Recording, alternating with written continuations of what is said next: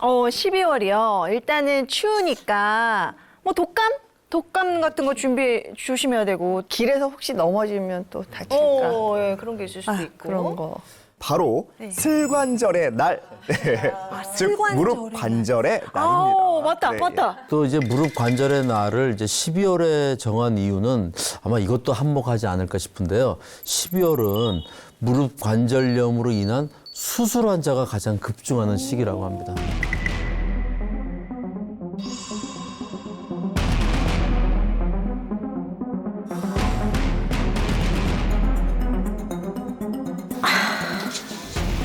아우, 아프다.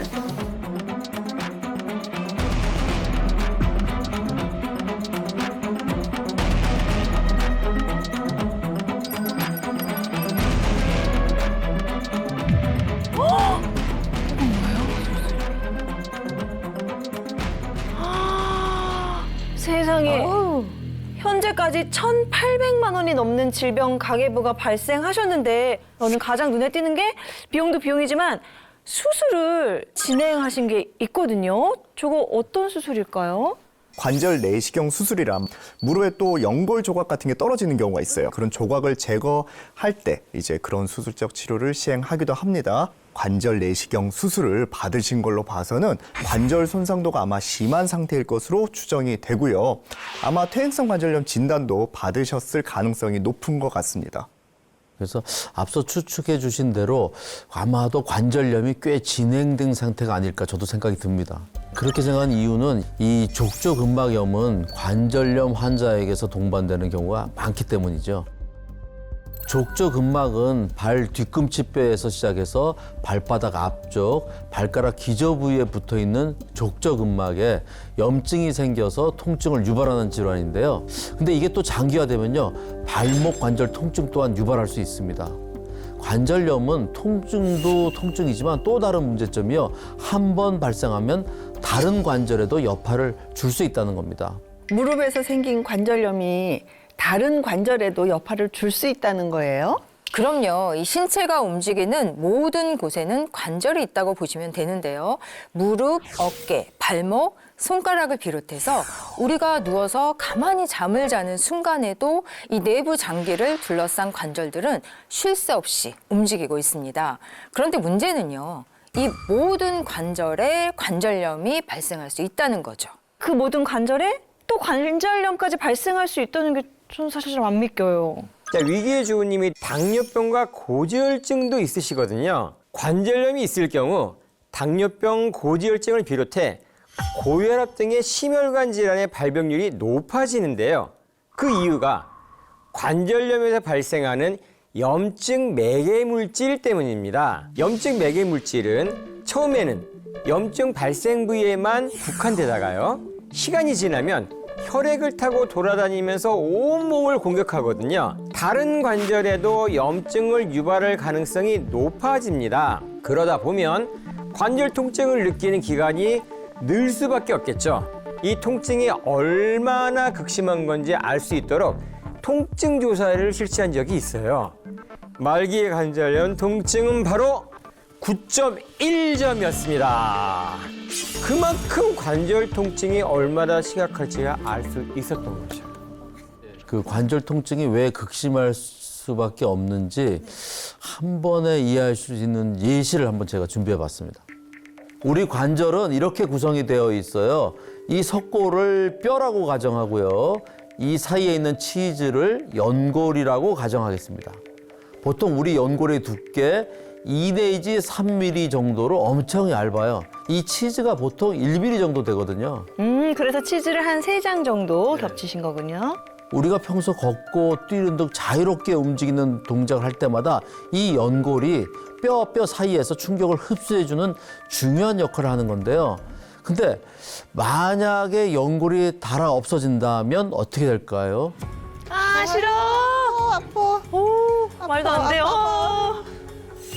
어떡해. 또 너무했다. 근데 퇴행성 관절염의 경우에는요, 여성들에게 유독 취약한 질병이라고 보시면 되는데요. 그 이유가요, 바로 연골을 지탱해주는 연골 세포 활성에 영향을 주는 여성 호르몬이 급격히 줄어들기 때문입니다. 그래서 관절은 젊을 때부터 관리하는 게 중요하다고 말하는 거죠. 진짜. 이 주부님의 일상을 함께 살펴봤는데요. 24시간을 그냥 무릎 관절 통증과 전쟁을 치르고 계신 상황이신 것 같습니다. 선생님들 어떻게 보셨어요? 관절염 통증을 줄여보기 위해 노력하는 모습들이 많이 보이긴 했는데 오히려 관절 건강에 독이 된 습관이 있거든요. 관절에 도움된다고 거의 삼시세끼 드신 보양식입니다. 도가니탕이나 곰탕 같은 거는 이게 관절에 도움이 된다고 저희가 그냥 상식적으로 그냥 안다고 생각하고 저희도 자꾸 챙겨 먹거든요. 실제 저한테 진료를 받으러 오시는 환자분들의 단골 질문이기도 합니다. 도가니탕이 소의 무릎뼈와 관절을 끓여낸 음식이니 당연히 무릎 건강에 도움이 될 거라고 생각을 하시지만 도가니탕이 무릎 관절염에 도움이 되는지 여부에 대해서는 아직 입증된 사실이 없습니다. 일부러 먹었는데? 저는 당연히 도움된다고 생각해서 약이다 생각하고 먹어야지 하면서 지금까지 진짜 저분처럼 국물도 안 남기고 다 마셨는데 엄마, 이 국물이 선생님, 좋은 거야. 이 국물 다 맨날 마셔야 돼. 저한테 국물 끝까지 먹어. 국물이 좋은 거야. 국물에 다 영양 들어있는 거야. 항상 그러셨어요. 근데요, 주부님들이 또 아무렇지도 않게 하셨던 행동 중에 하나가 바로 위기의 주부님한테도 발견됐습니다. 바로 그 푹신푹신한 쿠셔너에 있습니다. 쿠셔너가 문제가 편할 것 된다고요? 같죠? 예. 아니 왠지 쿠셔너는 푹신푹신하니까 충격도 좀 흡수해줄 것 같고 그래서 사실 젊은 사람들도 조금 관절 안 좋고 나면 많이 신거든요. 실제로 미국에서 이와 관련된 아주 흥미로운 실험이 있었는데요.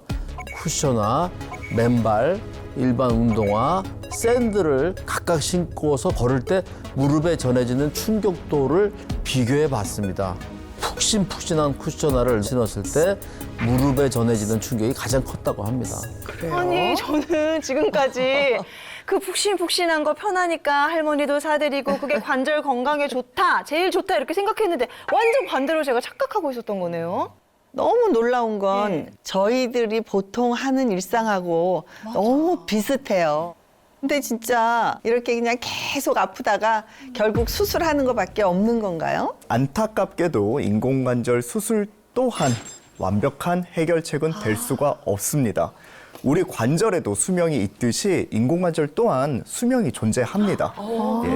인공관절 수명이 약 15년 정도로 알려져 있거든요. 그러다 보니 너무 이른 나이에는 수술을 권하지 않는 이유도 이 때문이고요.